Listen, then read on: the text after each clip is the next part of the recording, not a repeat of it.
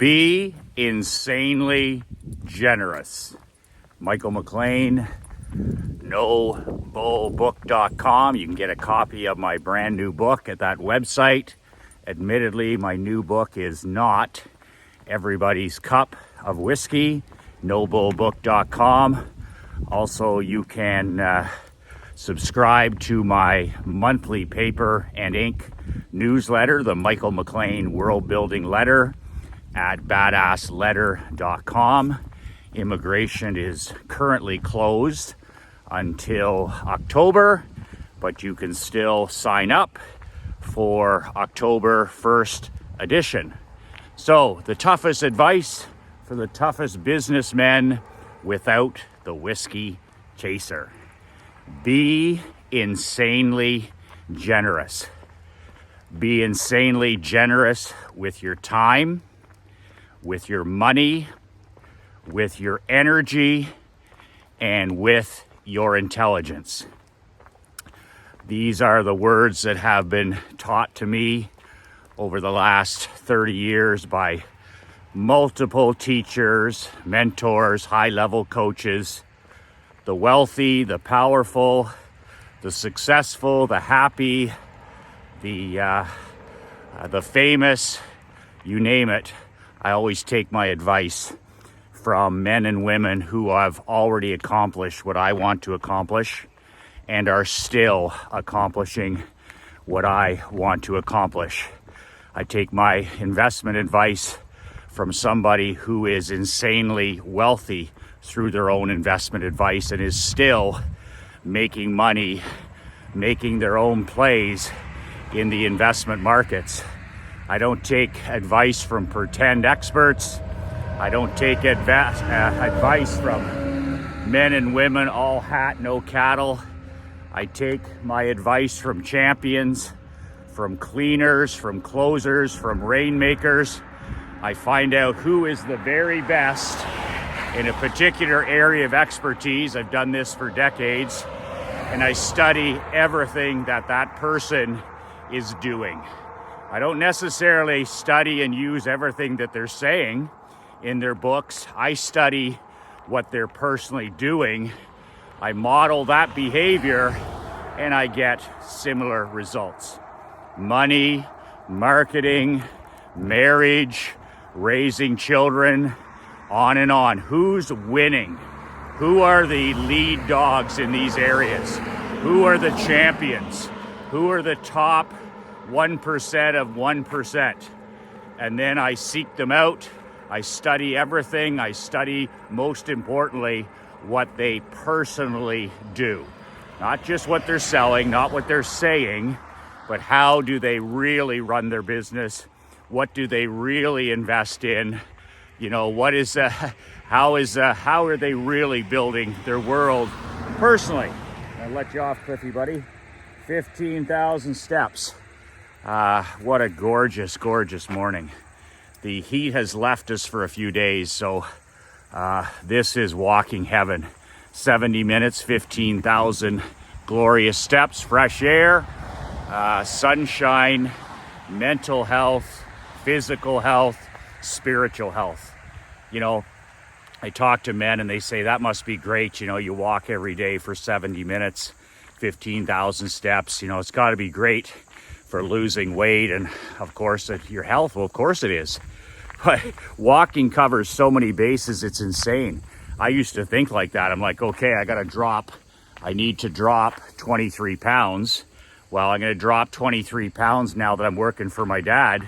I'm going to drop 23 pounds by walking for 30 minutes a day, 45 minutes a day, an hour a day. And it worked. But what I long ago discovered when it came to power walking is it's not only physical exercise, it's mental exercise and it's spiritual exercise. And what I mean by that is when I started walking, you know, I'd get a sweat on, I'd drink lots of water, but I'd get out in the cool, I'd get out in the warm, I'd get out in the wind, I'd get out in the rain, I'd get out in the snow, and it built mental calluses for me because I would just, you know, get up on those days that I didn't want to walk, and I would walk. I'd put on my shoes and walk. lay my stuff out the night before so that the day, tomorrow starts today, right? So I control the controllables. And I'd put on my shoes and get out the door and walk. And those were mini mental victories for me back in the day. And they built what I call mental calluses. I was like, wow, like that's another win for me. That's another win for me. And these mental calluses built up. That helped develop my self-image, my self-esteem. I felt better about myself. I started to believe in myself as a young man, and every day building up the mental calluses. And then spiritually, being out here is solitude. Like, I don't put in earbuds. The only time I have used this broken iPhone 7 and now this broken gimbal is when I'm out here shooting the video. So I've already walked for an hour in silence before I shoot this video. I'm almost at the lake house now. So I've done my road work, and now I'm shooting this video with you. And so I've had 60 minutes of solitude. And it's funny, I don't plan to think about anything. I just put on my shoes and I start walking. And now it's 6 in the morning, it's dark out again. So I just grab the leash, take Cliffy with me, chug a couple glasses of water, and I just walk. Zero technology. I don't check my phone or any of that horse shit. I'm just out the door, and every day is different. I love the heat, I love the cold, I love the darkness, I love the sunshine.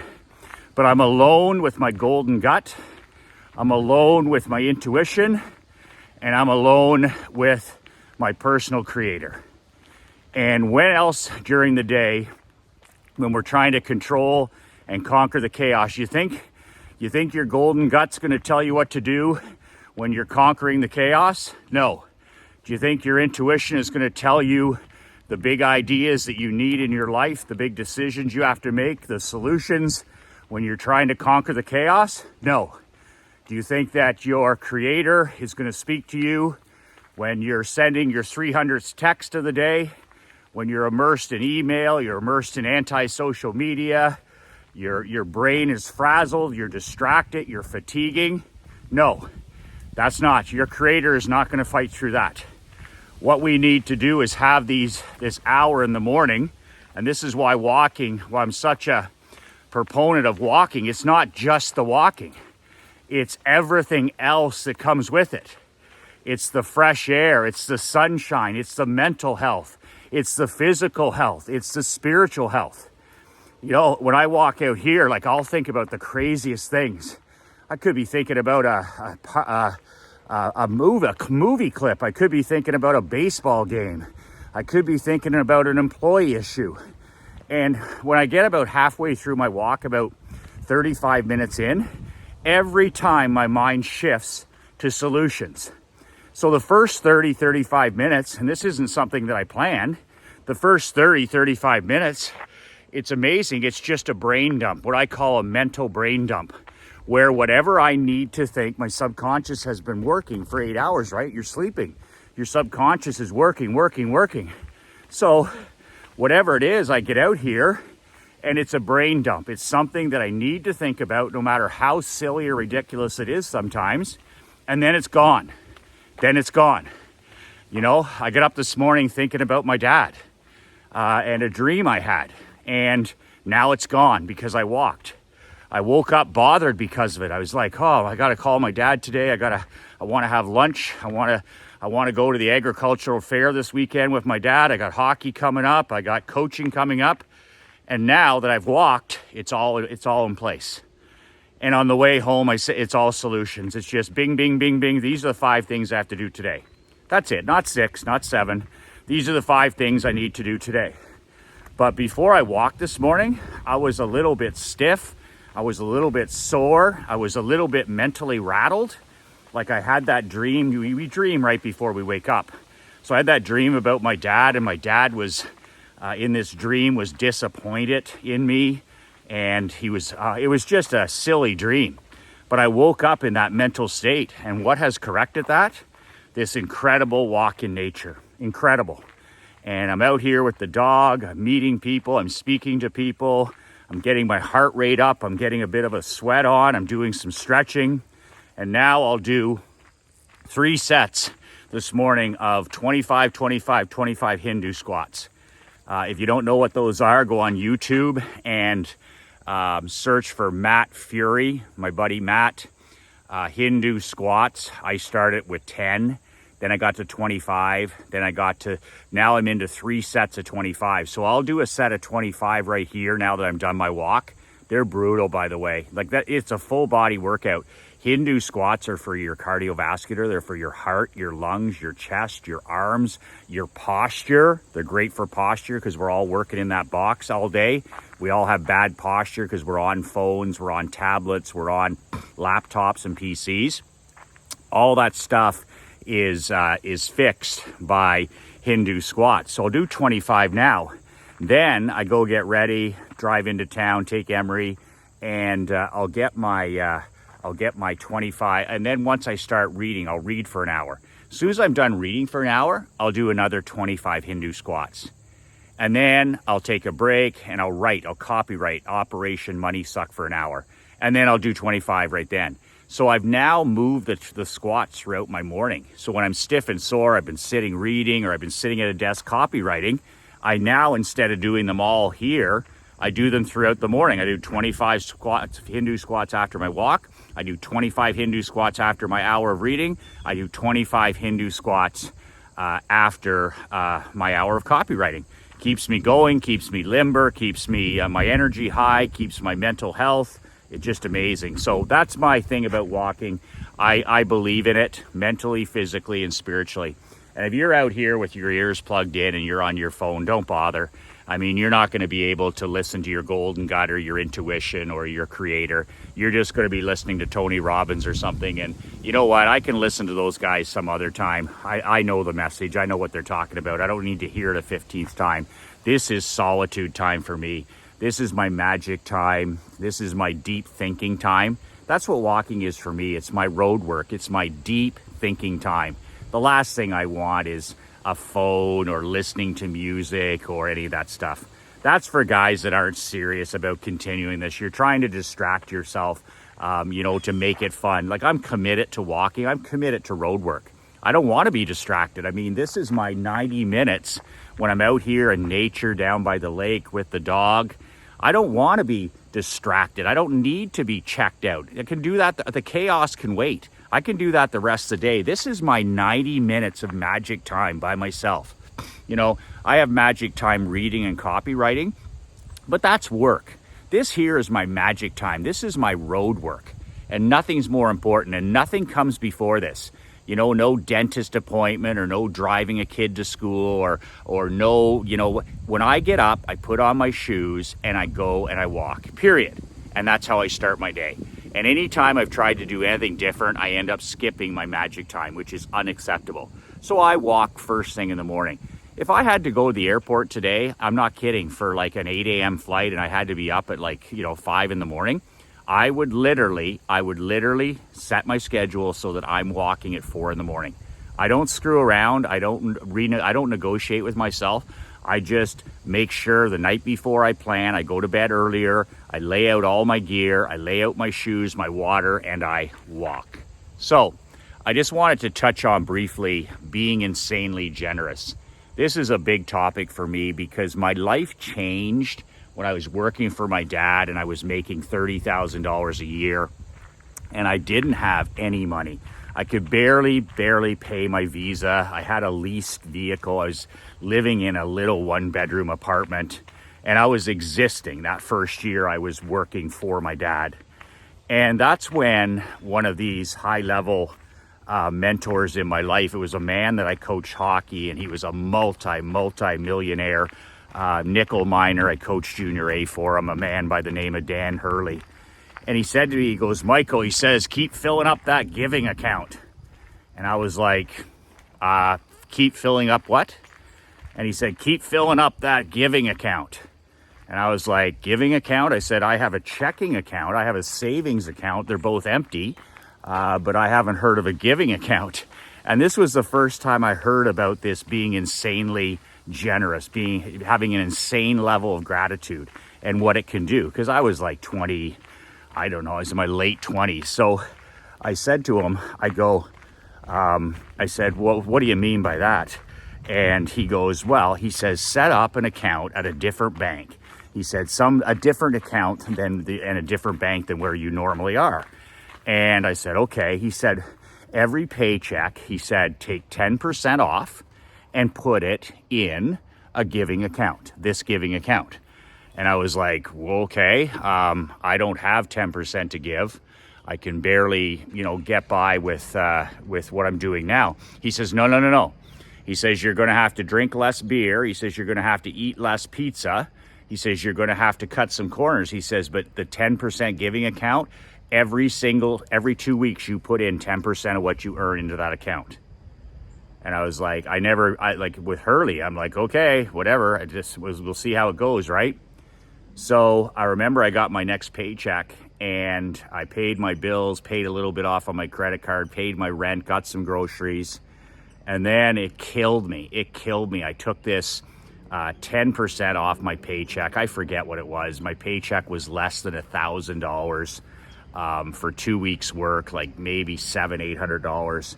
And I took the $80 and I took it off there and I took it over to the bank across the street, a different bank account, and I put it in there, $80 plunk. And I was like, man, that's my pizza money, my beer money, that's my, oh my God, that's everything. So I put it in there. But here's the thing he said, he goes, Michael, put it in every 2 weeks. But he said, as it piles up, as it builds up, he says, write a check every month to a charity you believe in, something you believe in. And I was like, wow, well, I believe in me. But anyway, he said, no, he said, you'll never look back. He said, you'll never look back as an entrepreneur or a businessman. You'll never look back as a man. He said, every month, give away whatever's in that account. So for me, that was, $150. So I remember sitting down the first couple of months and I'm like, who am I going to give this $150 to in my community? And he said, don't give it to these big charities with CEOs and CEOs. Don't give it to, these massive companies that are in the poverty industry or the health industry. He says, no. He says, give your money, your hard-earned money, to something that you believe in your community. So that's what I did. I sat down. I was like, okay, where can this $150 do the most good? And just that experience, that process of sitting down at the kitchen table and pulling out my checkbook and writing the $150 that I couldn't afford, and then deciding where it went, was a mental exercise like no other. I had to think, okay, am I going to give this to the food bank? If I give this to the food bank, how much goes to food? Am I going to give this to the library, to children's literacy? How many books would this actually buy? Do I want to give this to the animal shelter for, to save more dogs? And these are the three things that I was focused on. Do I want to give it to youth sports or Big Brothers? So I did something different every month, but it was all local small charities that were run by volunteers. That's my rule. I don't give money. Like Krista and I have given huge amounts of private donations to schools and to refugees and different things like that. But most of our giving is in our community at the grassroots level. In other words, I'm not going to give money so that it pays the salary of a CEO or it pays, a $1 million marketing budget. I'm not going to do that. So we focus on food, we focus on literacy, we focus on children, and we focus on freedom, like helping people from countries that are not free come to the greatest country in the world. Canada, the two greatest countries, Canada and the United States. So really interesting stuff. So I did this every month, and I've done it now for, I think this is coming up on my 22nd year. Every single month I write a check, and that check, of course, has grown. But it started at $150 a month, and then it grew to $300 and whatever it was. I used to make 30 grand, then I was 40 grand, and 50 grand, and 120,000, and then seven figures, and onward. But it was just amazing how I've always thought back on how I exponentially grew my income so quickly. I went from 5 figures to 5 figures to 6 figures, then boom, to 7 figures a year. And I was like, how did I do this? Was this the marketing? Was this what was it?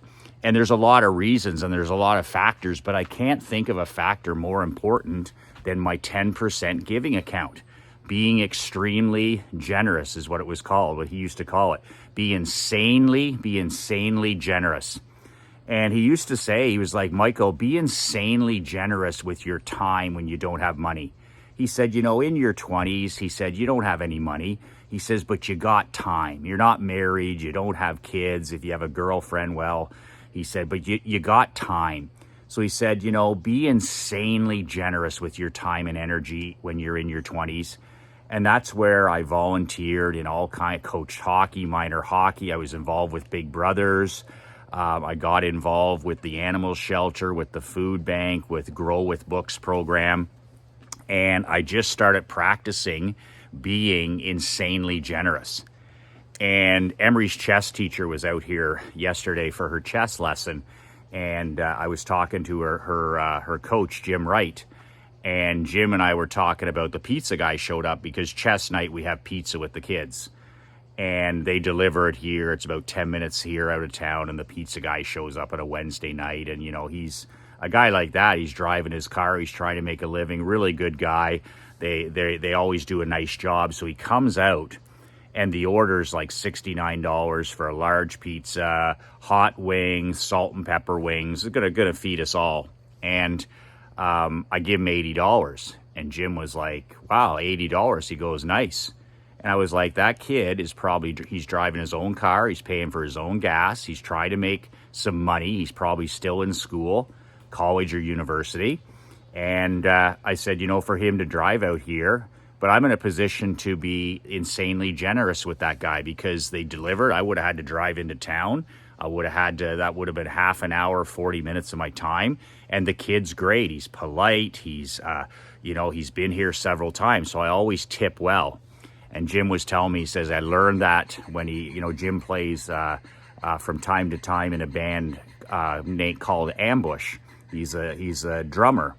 And he said, I learned that from Mark McDonnell. He said, the lead, he said, to always be insanely generous with your tips. I learned that from my dad and from my mom. And I learned that always tip well, but always tip extremely well for breakfast service, for diner service. And I never even knew what that meant. I was like, why? And back in the day, Greasy Spoon, you used to you could get breakfast for $3, $4, $5. And, some people would leave 25 cents or 50 cents for the waitress or the waiter. And, it's just an insult. And I just got in the habit as a young man of always tipping first and foremost with cash. I always tip with cash. I want to make sure the waiter, the bartender, the waitress gets the money. So no matter what, like we were out for breakfast after the wedding on Saturday. I took my parents to a Greasy Spoon on the way home, and we all had one of those, insane breakfasts we have once a month where eggs Benny and eggs and bacon and ham and sausage and home fries and all this great stuff. And I go up to pay for the whole thing. It's my mom, my dad, Krista, Emery, and I. And, our waitress, phenomenal. She's like, introduce herself. She goes, I've been doing this for 23 straight years. She recognized us, all this kind of stuff. Bottomless cup of coffee, just badass service. So when I go up to pay, she's like, Michael, here's the cost or whatever. She goes, you want to use credit card? So I'm like, actually, I'll just pay for this with credit card and I'll tip you in cash. And her eyes just light up, right? Because, she's going to get the money. She did the work. She's going to get the money. So I pay it. It's like $70, whatever it was. And I reach in my pocket. I always carry lots and lots of cash. That's another rule that I have. I don't, credit cards and all that shit. I always carry cash and lots of it. My dad taught me that. My grandfather taught me that. That's a wealth attraction secret, by the way. If you have a roll, if you always have a roll on you, I don't care if it's ones or fives or tens or whatever. I always used to have 100 on the outside. And when I didn't have any money, I'd still carry a roll. I was told that by a guy. It's wealth attraction. It makes us feel wealthy. It makes us feel abundant. It makes us feel fortunate. and we're generous with it, and you give it away to important things, and you just end up attracting more money. That's just a fact. So I always have money on me. I'm not that guy who's like, oh my God, the internet's down. What do I do? The Interact's down, or Visa's down, or American Express. No. I can pay for anything in any time because I carry a roll of cash. So I give this girl a $20 bill for tip, and she's like, wow. She's like, and it made her morning. It made her morning, and it should. She worked hard. But that's the impact of cash. That's the impact of over tipping for great service. And that's the impact on somebody's life being insanely generous. Now, if she was terrible and didn't do a good job, well, this is all off the table. I'm talking about rewarding incredible behavior. I'm talking about rewarding outstanding service. I'm talking about rewarding outstanding people and being insanely generous. You don't want to breed entitlement and give people things they didn't deserve. I gave that pizza guy, I always tip him well with cash because of what he's doing. He's out working, he's out grinding, he's out trying to make a living, and he does an amazing job. So I reward that. I'm insanely generous with that guy. I'm insanely generous with that waitress at the breakfast diner. And you can apply that to anything. Like, I don't believe in free. I've been to many meals where I've been invited as a guest. There's one coming up in Orlando as an example. Like, I'm invited to this private dinner with Dan Kennedy, and it's all paid for by one of these coaches, right? But I'm on the guest list. So I'll go there during the seminar on one of the nights, and I'll have dinner with Dan, and that's great. I mean, Dan and I have been friends for 20 years. But here's the thing. This one guy's paying the whole bill, right? He wants to put on this thing. He's paying Dan to be there. He's paying for all our meals and stuff. But I don't do free. If you send me something free, I'll say I pay for it. That way, the more I pay, the more I pay attention, right? I don't believe in that kind of thing. Like, I believe in investment, not in freebie seeking.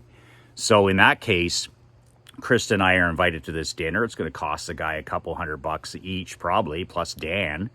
And when it's over, I'll throw, $300 cash on the table to pay the waitresses and the waiter and the bartender. Because if people aren't generous with their tip, if they just walk away and just say, oh, that was great to be invited there, then he's going to get stuck with the 20% tip. He's going to get stuck with the $1,000 or $2,000 or $3,000 tip.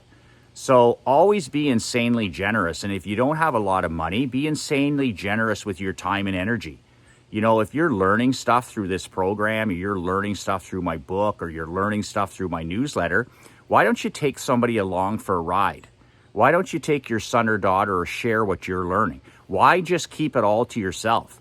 Like, if you read a good book, share it with your children. If you read something that's a game changer in a newsletter, or something in a video, share these with your children. Share these with people in your community. Maybe there's a young man in your community. Maybe there's a young girl who's gone down the wrong path, and all they need is someone to show some interest in them, somebody to bring them back into the herd. Maybe they've just gone down the path, but you can still save that life. Like sharing your wins, sharing your successes, and being insanely generous. I've always been like that. I taught my hockey players all the time. We'd go into a restaurant. Not only did we clean all the tables, push in the chairs, no ball caps, thank the waitresses, thank the cooks, but I insisted that my players left a tip. And I paid for the meal. They always had to leave a tip. And then they'd come in the barber shop, for the playoff to get the funny haircuts and the hair dye and stuff like that. And I would pay for the haircuts. It was my barber shop. But the one thing is, every single one of those young men had to tip and thank the barber. And you should see the feedback you get from stuff like that when you go into a restaurant, or you go into a business, or you go into a barber shop with a team of 21 teenagers. And, they push in their chairs, and they put their trash away, and they wipe down the tables, and they leave things better than they got them. And yes, sir, no, sir, thank you, please, holding doors, and an insanely generous tip for good service. Man, you should see. I've had so many people come up to me and go, man, congratulations on that. You know, it's really nice to see in today's world. And I'm like, all it takes is expectations and standards. That's all it takes. This is my world, my rules, and this is how we act, this is how we think, and this is how we behave. So be insanely generous. If you don't have a lot of money, open up that 10% giving account, put in the money every month, and then write a check every month. You will feel incredible. You will feel incredible. When I wrote that $50 check, that $150 check, I felt so incredible. And I had to trim down some of my social life to do it, but I did it. And I do it to this day. And that's my favorite thing every month is I have to decide, okay, where is this money going this month? And we receive through the hole that we give through, right? So the more generous you are, the more you're going to attract future wealth and money. That's just the way it is. We attract good fortune. We attract abundance. We attract money. You got to put in the work. You got to take massive action, all that stuff that you know.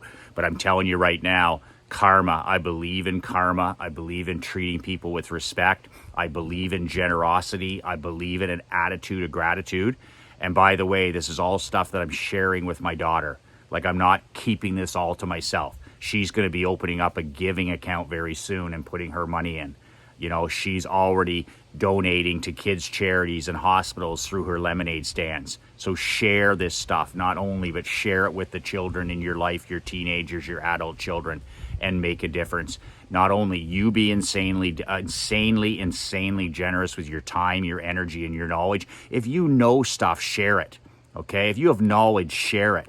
If you have time, share it. Coach something, teach something, whether it's sports or church or whatever, volunteer, and be insanely generous so your kids see you being like this, and then teach them to do the exact same. Open up that 10% giving account. Write the physical check, not this e-transfer bullshit. Like, that's not the experience. The experience is writing the check and depositing it, and then writing the check and giving it away without any expectation. That's the key. Without any expectation of return. No pats on the back, no public recognition. Just give away the $50 or give away the $200 and see what that does for your personal life. Karma, karma, karma. That's it for today. I have a brand new product coming out later, early next month or early next week, and I'll be sharing that with you. But until tomorrow, make sure that you're telling the people in your life that matter the most how much you love and respect them. Before the sun sets, talk to your wife and children, no matter what you have to do to tell them how much you love and appreciate them. Until then, 2 words: be insanely generous. Be insanely generous with your time. Be insanely generous with your knowledge. Be insanely generous with your energy, and see what happens. 2 words that changed my life. 2 words that can change your life. Be relentless.